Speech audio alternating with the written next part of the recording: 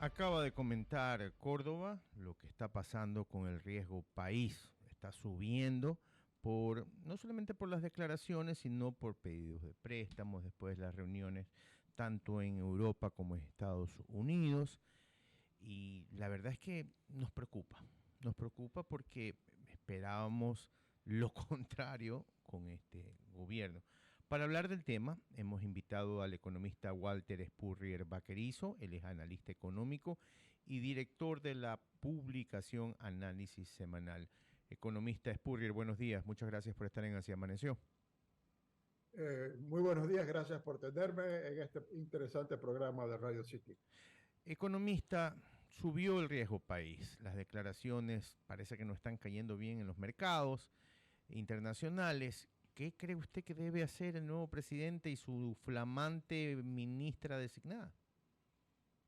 Bueno, creo que debemos partir por cuál es la estrategia que se ha planteado Uh -huh, Daniel Noboa, a juzgar de sus declaraciones y de sus acciones. uh -huh, Él tiene como meta principal, meta central de su propuesta, el ser reelecto en las próximas elecciones. Entonces, eso significa que él, cualquier medida del mediano y largo plazo que probablemente, o sea, o inescapablemente va a requerir algún tipo de ajuste fiscal, algún tipo de aumento de impuestos, retiro de subsidios, recorte de gastos, si es posible, quedarían pospuestos para ese periodo una vez reelecto. Y entonces él plantea que en este corto periodo él necesita reactivar la economía, no tomar medidas de ajuste, sino meter más dinero a la economía y hacer que el electorado sienta que ha cambiado la situación y que está mejor. Ahora, el desafío que él tiene ante eso es de que va a recibir un déficit fiscal muy alto, va a haber dificultades en poder pagar el rol de pagos del mes de diciembre, que yo estimo es alrededor de 1.300 millones de dólares. Y entonces lo que él está planteando en Washington, tanto al gobierno americano como a los organismos multilaterales, e informando a los bancos de inversión, a los bancos de inversión, informando a los vendedores de papeles del Ecuador, es que él necesita un préstamo puente para que no tener que hacer ajustes en este periodo, y ya veremos lo que sucede más adelante. Entonces, ese mensaje creo yo que a nivel de presidente de Estados Unidos y de ministro, o sea, secretario de Estado, probablemente digan hay que apoyar a Daniel Noboa porque es el país que dentro de toda una onda rosa de América Latina, el país donde ya dos elecciones consecutivas rechaza entrar a la onda rosa, rechaza al correísmo, rechaza a un aliado firme de Maduro en América del Sur. Por otra parte, el Secretario del Tesoro, probablemente en Estados Unidos diga, no, pero ya le hemos dado mucha ayuda y no ha hecho nada para ayudarse, más bien están reduciendo la producción petrolera. Y en la banca internacional, viendo todo esto, o sea, los organismos multilaterales van a decir, pero nosotros cómo vamos a dar plata si no está contra un plan de ajuste. Y entonces ante esto, los tenedores de los bonos dicen, puchica, ese anuncio que si no le dan el préstamo probablemente va a ir a una moratoria, a un default, eso acerca las posibilidades de moratoria, mejor vendo. Y por eso venden y sube el riesgo país. Entonces, un poco está entrampado el gobierno ante esta situación, el gobierno entrante, porque, como lo digo en el artículo que va a salir en el Universo el domingo, uh -huh. él está tratando de hacer un gol de media cancha. Como el rival controla la cancha y no puede avanzar, entonces hacer un gol de media cancha y eso es difícil conseguirlo. Entonces, esa es su estrategia central. Si no tiene ese dinero, va a tener que probablemente hacer ventas anticipadas de crudo. Pero eso es complicado y toma tiempo. Eh, Todo indica que la venta anticipada de crudo que se acaba de hacer no ha tenido éxito. Las compradoras, las que han hecho propuestas, dicen yo no le voy a anticipar dinero, yo le pago a contraentrega, y son intermediarias porque ni siquiera han entrado refinerías finales a comprar el crudo ecuatoriano. Entonces, se ha metido en una esquina, se ha metido en un callejón sin salida el presidente entrante, porque presenta una propuesta y depende de la buena voluntad de otros a darle ese crédito extraordinario fuerte, probablemente tipo $5.000 millones que estás pidiendo, sin dar nada a cambio, sino más adelante te daré, más adelante arreglaré la economía para poderte pagar. Esa es la situación complicada como yo la veo, a pesar pues que solo conozco lo que las declaraciones públicas de Novoa, no conozco Economista. por dentro su estrategia. Economista Ronald Córdoba lo saluda. Me gusta su manera de comentar porque es frontal y directo y va a la yugular de entrada. Vamos con el actual gobierno, ministro de Finanzas. ¿En cuánto va a dejar finalmente el déficit fiscal de este país? ¿Y en cuánto lo recibió? Bueno, eh, bueno, él va a tener un déficit fiscal. Hay varios cálculos de eso, pero a las finales el déficit depende de cuánto el gobierno se compromete a pagar y no paga. O sea, me explico.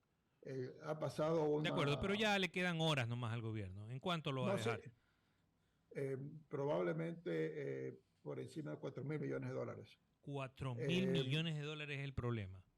Sí, $4.000 millones. Y el asunto es que ¿Y en cuánto en lo la recibió? parte, pues no era una situación fiscal más complicada, porque el gobierno de Lenín Moreno, cuando decidió ajustar la economía con su ministro Richard Martínez, recibió un muy fuerte apoyo del Fondo Monetario, de los organismos multilaterales e incluso el gobierno de la China, diciendo, te vamos a prestar para que hagas las reformas estructurales y ya más bien quien tiene que pagar y tiene que ajustarse es el gobierno que sigue. El Lazo continúa ese programa y ya se suponía que a partir de este año él ya tenía una situación importante, había hecho los cambios estructurales que le permitían atender el servicio de la deuda. Ya no le dan tanto dinero como le dieron a Moreno, o incluso en el 2023 no le dan tanto dinero a él como le dieron en el 2022. De acuerdo, Y, economista. y él sí ha reducido la deuda, pero justamente por eso es que la economía no crece tanto, porque reducir la deuda significa sacar Pagar. plata de la economía para pagar afuera. De acuerdo. ¿No? Basado en su experiencia, economista, para entenderlo en el idioma de la calle. La semana pasada todos los prefectos y alcaldes del país salieron a decir que ellos no han recibido ninguna plata y que están en déficit y que sus trabajadores se quieren paralizar y que no hay forma de poder avanzar. Y ya Marcela Guiñaga le dijo al nuevo presidente de la República, tremendo problema que te van a dejar. Y el ministro de la Economía en el país dice que todo está perfecto, el presidente de la República sale de declaraciones, nosotros le hemos pagado todo, deudas anteriores, y que todo es culpa de Correa. ¿Cuál es la verdad de la milanesa en ese sector? Bueno, yo lo que tengo entendido, viendo toda la información, las cifras, etcétera, es que los gobiernos locales quieren una asignación de dinero similar a la que recibieron el año pasado y están recibiendo menos. Pero están recibiendo menos porque ellos no es que reciben un valor fijo, sino un porcentaje de las rentas del Estado. En otras palabras, comparten la bonanza y comparten la penuria. Y cuando están en la penuria, no están dispuestos a compartir. Entonces, ahí el problema central va por ese lado, de que están esperando recibir, probablemente habían presupuestado gastos de función a lo que estaban recibiendo antes y ahora están recibiendo menos. Entonces, hay mucha presión en el país por aumentar el gasto. O sea, la Corte Constitucional lo obligó al gobierno a aumentar, la Corte Constitucional lo obligó al gobierno a aumentar el sueldo de los maestros. Las cortes están insistiendo en que les aumenten el presupuesto, el Consejo de la Judicatura, que tienen que darle tanto más y lo están juiciando el gobierno. Los gobiernos locales también. Y por otra parte, el país está reduciendo su producción petrolera y la Corte Constitucional tiene paralizados los programas de inversión, los proyectos de inversión, porque ISA objetó el decreto ejecutivo del presidente para poder dar los títulos ambientales. Entonces, toda la inversión privada que tenía que haber para poder dinamizar la economía no se ha dado. Entonces, en parte también Lazo, digamos, no ha logrado vencer resistencias de la Asamblea, de la Corte Constitucional, convencer municipios, consejos provinciales. Ha habido un problema de manejo y de entenderse con tantas fuerzas que lo presionan, pero en el fondo el asunto es que todo el mundo quiere que haya más gasto y hay menos dinero.